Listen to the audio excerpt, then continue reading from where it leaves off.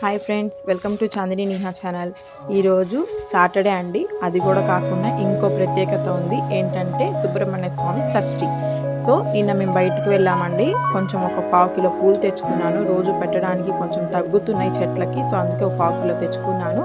ఆ పూలను వేరు చేసి ప్లేట్లో పెట్టేసుకున్నాను. కొన్ని దేవునికి నైవేద్యం కింద పులిహార చేద్దామని చెప్పి బియ్యం కుక్కర్లో పెట్టేసుకున్నాను. ఒక గ్లాస్ కడిగి పెట్టేసుకున్నాను. ఇంకా అవి కూడా కుక్ అయిపోతుంది అనమాట. కుక్కర్లో పెట్టేసుకున్నాం కాబట్టి 2 to 3 విజిల్స్లో అయిపోయింది. 5 మినిట్స్లో అయిపోయిందండి. ఈ ఈ పులిహారకి కొంచెం రైస్ చల్లవ్వాలి కదా, చల్లపరుస్తున్నాను. ప్లేట్లో వేసేసుకొని బాగా వేడిగా ఉందండి. ప్యాన్ కింద 5 మినిట్స్ పెట్టేసుకున్నాను. మా నాన్నగారు వాళ్ళ కాలేజ్లో పొళ్ళు అమ్ముతున్నారండి. ఆ పొళ్ళు తీసుకొచ్చారు, చూపిస్తాను.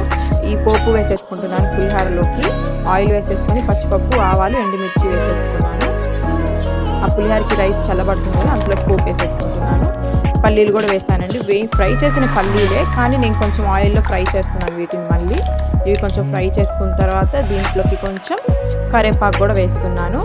మా చుట్టూ కరివేపాకు అనేది చాలా మంచి స్మెల్ వస్తుంది. కొంచెం ఎక్కువ వేసాను. ఎల్జీ వాళ్ళది ఇంగు అండి. ఇంగు కూడా వేసేసుకుంటే, ఇంగు వేస్తే చాలా బాగుంటుందండి పులిహార. అందుకే మేము ఇంగు వేస్తాం ఫస్ట్ నుంచి. ఇదిగోండి ఇవే పౌడర్స్. ఇది ఇడ్లీ కారం అండి. ఇడ్లీ కారం కూడా టేస్ట్ బాగుంది, అందుకే చూపించాను.